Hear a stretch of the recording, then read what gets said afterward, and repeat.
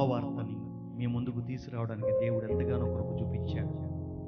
అనుదిన వాగ్దానం కార్యక్రమంలో ప్రతిరోజు దేవుడు మిమ్మల్ని బలపరుస్తున్నాడని, దేవుడు మిమ్మల్ని దీవిస్తున్నాడని, దేవుడి వాగ్దానాల ద్వారా మీ కుటుంబాలు ఆశీర్వదించబడుతున్నాయని నేను ఎంతగానో ఆశిస్తూ మీ కొరకు నేను ప్రతిదినము ప్రార్థిస్తున్నా. దేవుడు మిమ్మల్ని దీవించి ఆశీర్వదించునుగాక. అందరూ బాగున్నారు కదా? దేవుడు మీ జీవితంలో ఈ నూతన సంవత్సరంలో నూతన కార్యాలు జరిగించబడును గాక. ఆమేన్. ఈ దినము దేవుడు యొక్క వాగ్దానము చూద్దాం. చూడండి, యెషయా రాసిన గ్రంథము 61వ అధ్యాయం 4వ వచనం చదువుకుందాం.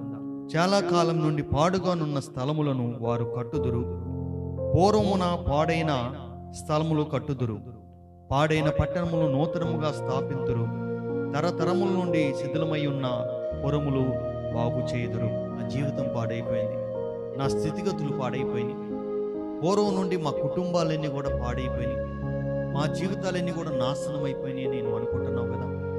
ఈరోజు ఈ కృపావార్త, ఈ వాగ్దానం మీ జీవితంలో గొప్ప కార్యాలు చేయబోతుంది. అదేంటంటే, చాలా కాలం నుండి పాడైపోయిన నీ పరిస్థితులు, నీ స్థలాలు, నీ కుటుంబంలో ఉన్న పరిస్థితులు, నీ స్థితిగతులు అన్నీ కూడా, నీ పిల్లల జీవితాలు, నీ కుటుంబంలో జీవితాలు, నీ భర్త మారలేదని, భార్య మారలేదని, పిల్లలు మారలేదని నువ్వెంతగానో కన్నీళ్లు కారుస్తున్నావు కదా. వారి జీవితాలను చూసి నువ్వు పాడైపోయిందని నువ్వు బాధపడుతున్నారు కదా. దేవుడు ఈరోజు మాట్లాడుతున్నాడు. పాడుగానున్న స్థలమును వారు కట్టుదురు అంటే నీ దేవుడు నీ చేత నీ కుటుంబాన్ని కట్టబోతున్నాడు. నీ చేత నీ కుటుంబంలో రక్షణ కార్యాలు జరిగించడానికి దేవుడు ద్వారాలు తెరవబోతున్నాడు. దేవుడు నిన్ను ప్రేమిస్తున్నాడు, దేవుడు నిన్ను దీవిస్తున్నాడు, దేవుడు నీ కుటుంబాన్ని ఆశీర్వాదకరంగా మలచబోతున్నాడు. అందుకే అన్నాడు, నువ్వు కట్టడానికి దేవుడు ద్వారాలు తెరుస్తున్నాడు అంటున్నాడు.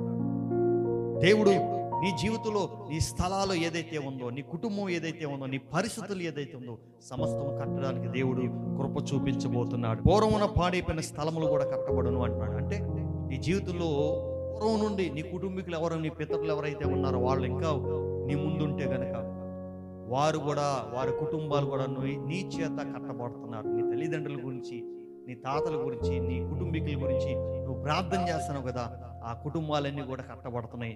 ఇంకా అన్నాడు, పాడైపోయిన పట్టణం నూతనంగా స్థాపించబడి. అంటే ఇప్పుడు దాకా వారి జీవితాలు పాడైగా ఉన్నాయి, పాడైపోయిన జీవితాలు, వీడు ఎందుకు పనికిరారా అని అనుకుంటున్నావు కదా. దేవుడు వారి కుటుంబాలకి నూతన జీవితాలు ఇవ్వబోతున్నాడు, నూతనంగా వారిని స్థాపించబోతున్నాడు, నూతనంగా ఆ పట్టణంలో దీవించబడతాడు. నువ్వున్న స్థలంలో, నువ్వున్న ప్రాంతంలో, నువ్వున్న కుటుంబాల్లో దేవుడు నీ ద్వారా, నీ కుటుంబం ద్వారా దేవుడు కార్యాలు చేయబోతున్నాడు. తరతరముల నుండి శిథిలమై ఉన్న పురములు బాగు చేయబడును అంటే నీ జీవితం బాగుపడుతుంది, నీ జీవితం ఆశీర్వదించబోతుంది.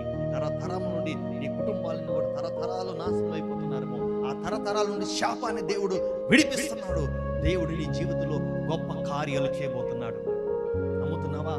నమ్మినట్లయితే ఖచ్చితంగా దేవుడు నీ జీవితంలో, నీ కుటుంబంలో ఎవరి గురించి అయితే నువ్వు ప్రార్థిస్తున్నావో, ఎవరి గురించి అయితే నువ్వు కన్నీళ్ళు కరుస్తున్నావో, నీ కుటుంబంలో నా భర్త మారలేదని, పిల్లల మారలేదని నువ్వు ఏడుస్తున్నావో, ఖచ్చితంగా దేవుడు వారి జీవితాలు నూతన పరుస్తున్నాడు, నూతన కార్యాలు చేయబోతున్నాడు, నూతన అద్భుతాలు వారి జీవితంలో ఆశీర్వదించబోతున్నాడు. కాబట్టి దేవుడు ఈ వాగ్దానాన్ని మీ జీవితంలో, మీ కుటుంబంలో నెరవేర్చబడను గాక.